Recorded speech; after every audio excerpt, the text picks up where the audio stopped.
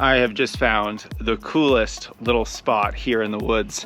I'm in this managed park for kids, and there is these 3 giant teepees that are made from all of this wood. That is just incredible.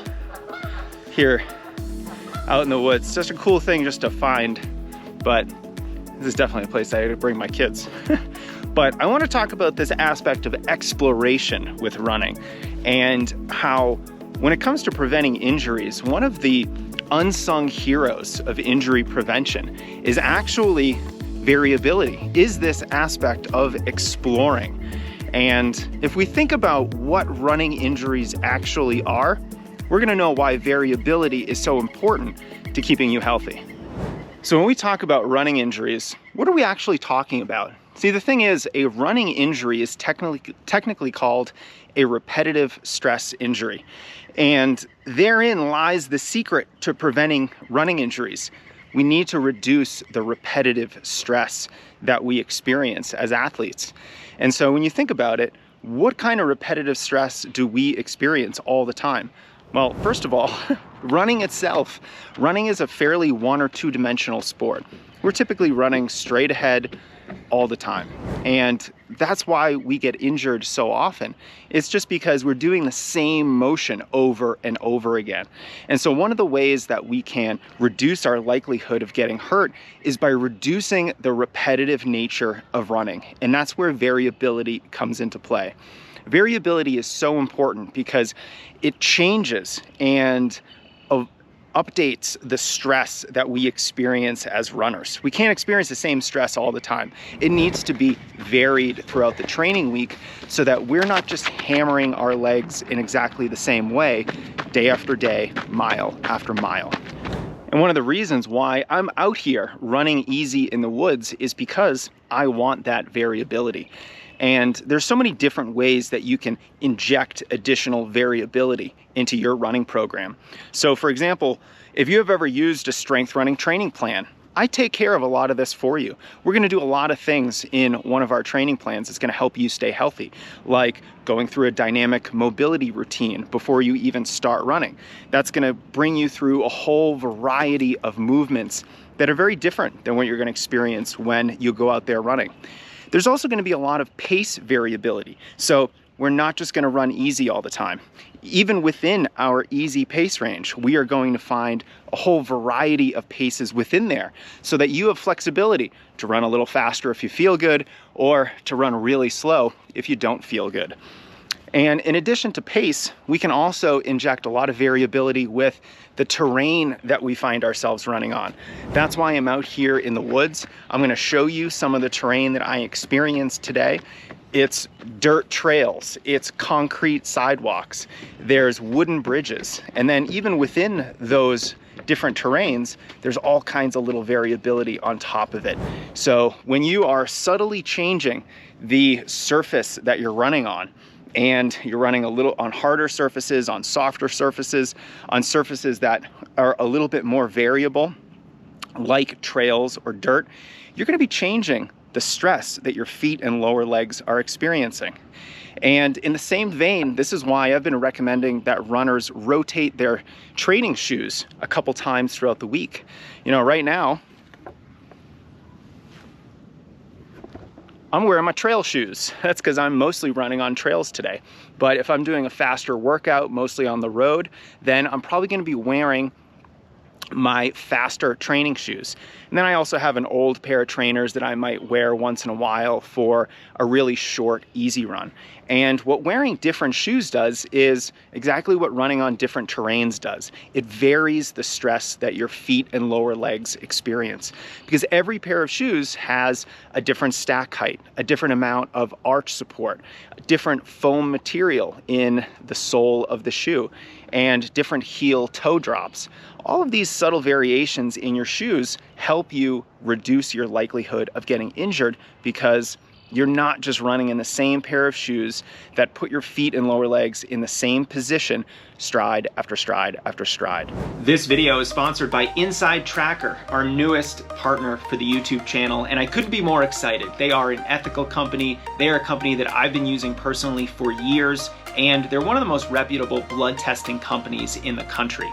Inside Tracker tests your blood very simply. They look at over 40 different biomarkers, from stress hormones like cortisol to testosterone levels and vitamin D, all so that you know what's going on inside your body. So you can tell if you're undertraining, you're overtraining, you're optimally training, or if you just have any other health issues that might be going on that might be impacting your running. And like I said, I've been using them for years. I've gotten numerous ultimate tests, and I'm about to get my third, and I added on the DNA kit.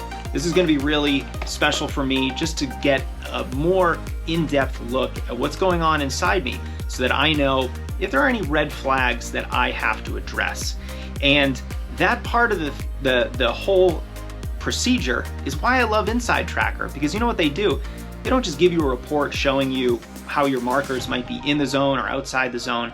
They tell you how to improve them. So if you are too low or too high with any of these metrics, they give you science-backed ways to improve upon them through diet, exercise, or lifestyle changes.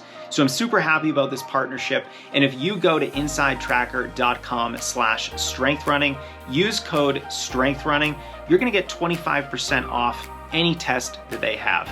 This is a great offer, and I'm really excited to partner with this company, so hope you take advantage of it. That's insidetracker.com/strengthrunning, and use code strengthrunning to save 25% off on any test. So as you can see, lots of variability that we can inject into our training. One of my favorite things is actually to have runners train for different races. You know, I talk to a lot of runners who are really passionate about the marathon. And I get it, I love the marathon, it's such an amazing event. But what happens when you want to run a fast marathon and you get so focused on that marathon? Well, you tend to overly focus on the marathon. And you know what that means? You're gonna run 2 or 3 marathons a year, and you're gonna just be going through marathon training all the time. I like to have runners step back from the marathon. Let's focus on speed, let's focus on strength, let's focus on power. Let's train for a very short race like the 5K. Really dedicate an entire training cycle to the 5K distance. Now, that doesn't mean you just race one 5K. You could race some 8Ks, a 10K, even a 10 mile or 15K race distance. There's a lot of options. But by training for shorter races, even as a marathoner, what you are gonna do is experience different types of workouts, different focuses with your training. And that's gonna make you into a more well-rounded athlete, a more robust athlete, and an athlete that probably has more speed and power. So when you do go back to the marathon, you're gonna be a better marathoner. And not only is this gonna help you become a more competent runner, someone who's actually faster, but it's going to reduce your likelihood of getting injured. You're not just doing marathon training, long runs all the time. You're not just doing marathon paced workouts and high volume. You're also focused on plyometrics, on heavy weightlifting. You're focused on short, fast, hard repetitions, maybe on the track. And so you can see how all of these different changes that we can incorporate into our training is not only going to make us into better runners, but they're really going to reduce our chances of getting hurt. And that's always a good thing. So all these reasons are why I think variability is really the unsung hero of injury prevention. So if you are an injury-prone runner, if you do tend to get hurt a couple times a year and you can't really go through an entire training cycle without those niggles getting the best of you, look at your training. Are you running the same loop at the same pace, in the same shoes, training for the same race, season after season? If you are, this might be a good time to try to add more variability into your running program so that you can reduce the likelihood of a repetitive stress injury. Reduce that repetition and you're not going to get injured as frequently. Now, one of the things that I've done recently is to ask a bunch of pro athletes mostly pro runners and a triathlete as well, what their favorite injury prevention and recovery strategies are. And I love focusing on these high-level athletes because these are the folks doing the really crazy training. You know, they're the ones running 100+ miles a week. They're the ones doing the really hard, long workouts. And so when it comes to trying to stay healthy, these are the athletes who really need to leave no stone unturned. And I compiled all their responses and put it in a free resource for you that you can get at strengthrunning.com/elites. There's a link under this video too, but I want to make sure that you have every advantage with your running so that you're not getting injured as much, because I think we can all agree no runner likes being injured.